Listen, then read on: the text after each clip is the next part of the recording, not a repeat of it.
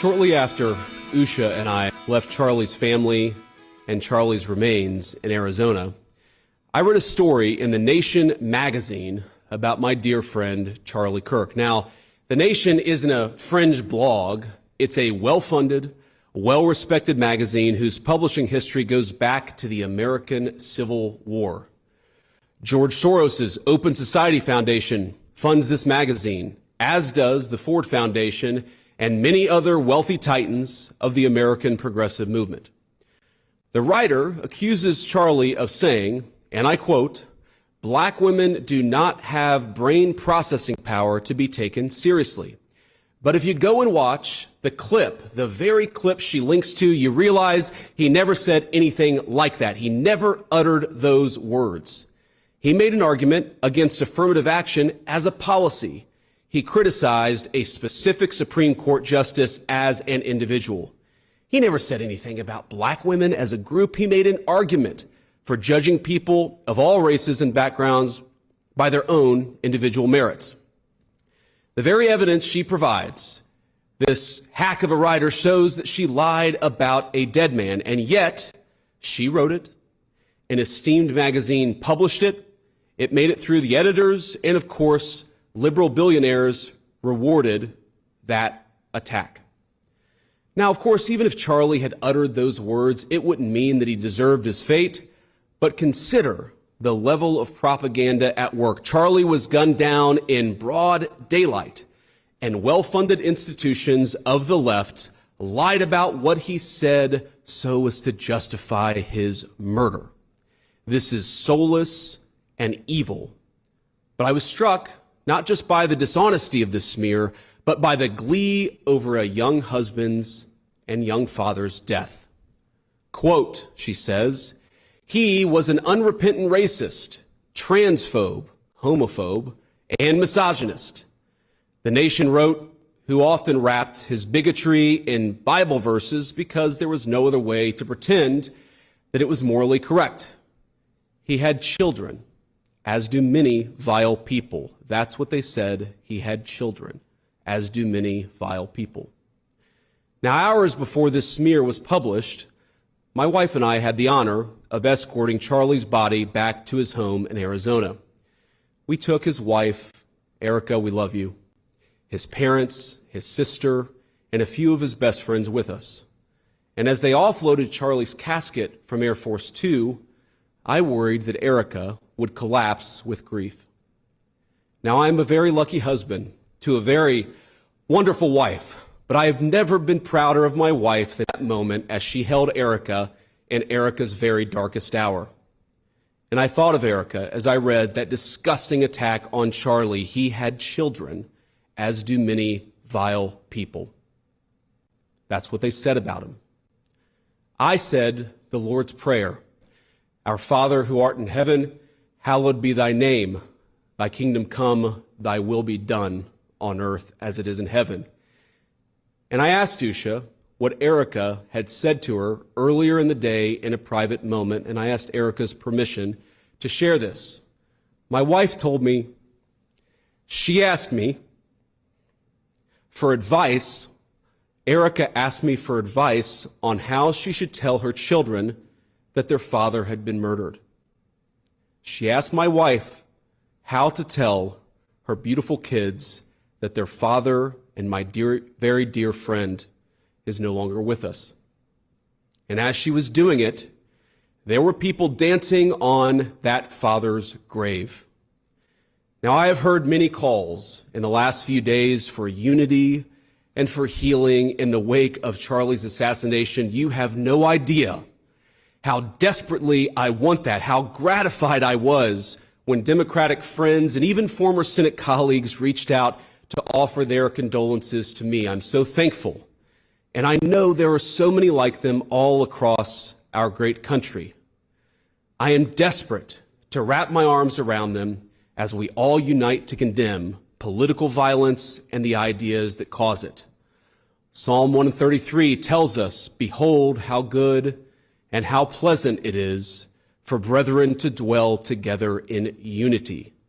It is like the precious ointment upon the head." Oh, how badly have I craved that precious ointment in recent days, and I believe we can have it. But first, we must tell the truth.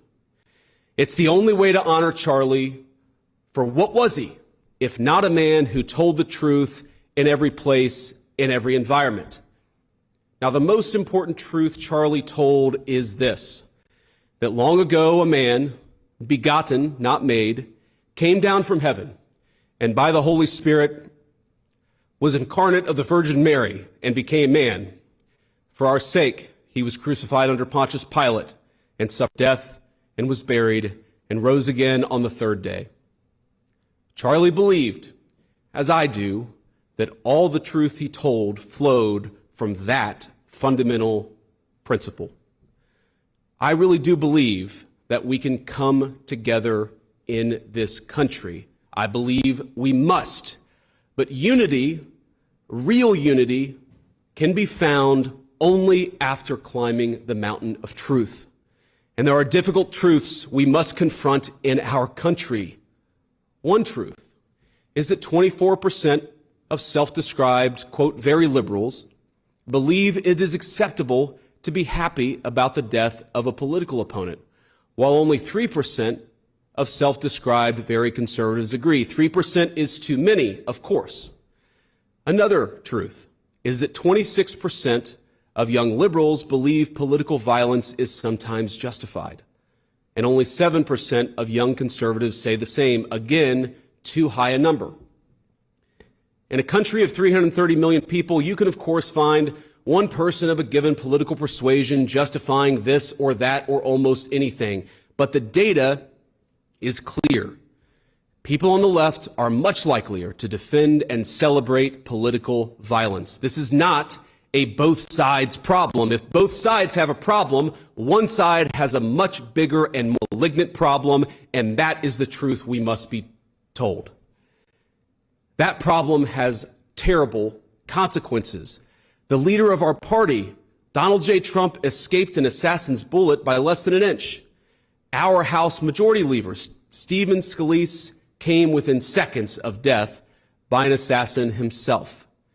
And now, the most influential conservative activist in generations, our friend Charlie, has been murdered. This violence, it doesn't come from nowhere. Now, any political movement, violent or not violent, is a collection of forces. It's like a pyramid that stacks on top, one support on top of the other. That pyramid's got a foundation of donors, of activists, of journalists, now of social media influencers, and of course of politicians. Not every member of that pyramid would commit a murder. In fact, over 99% I'm sure would not. But by celebrating that murder, apologizing for it, and emphasizing not Charlie's innocence, but the fact that he said things some didn't like, even to the point of lying about what he actually said, many of these people are creating an environment where things like this are inevitably going to happen. A couple of months ago, I headlined a fundraiser in Southern California, and since, we'd be out there anyways, my wife and I decided to take our kids to Disneyland one weekend. We had fun, and to be clear, most of the guests said very nice things, or they just left us alone. But there was a loud and very cool minority that would shout at my children, who were 8, 5, and 3, whenever they got the opportunity. "You should disown your dad, you little shit," one middle-aged woman yelled at my 5-year-old. "Tell the Secret Service to protect the Constitution, not your father," screamed another. Are these women violent? Probably not. Are they deranged? Certainly. And while our side of the aisle certainly has its crazies, it is a statistical fact that most of the lunatics in American politics today are proud members of the far left.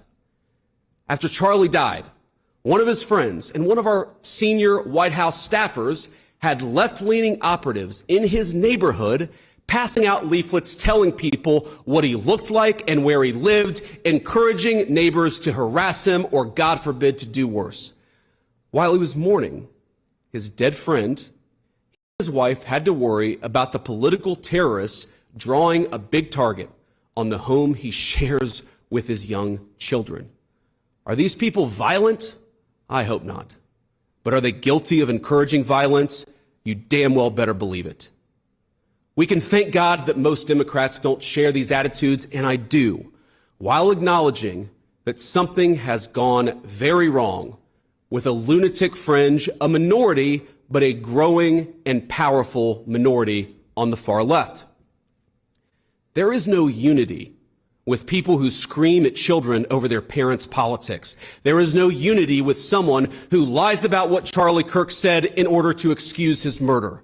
There is no unity with someone who harasses an innocent family the day after the father of that family lost a dear friend. There is no unity with the people who celebrate Charlie Kirk's assassination.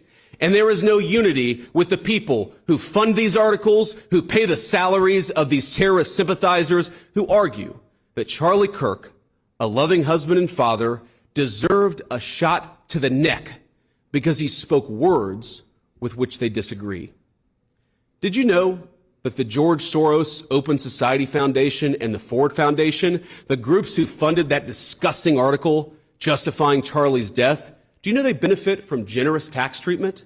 They are literally subsidized by you and me, the American taxpayer. And how do they reward us?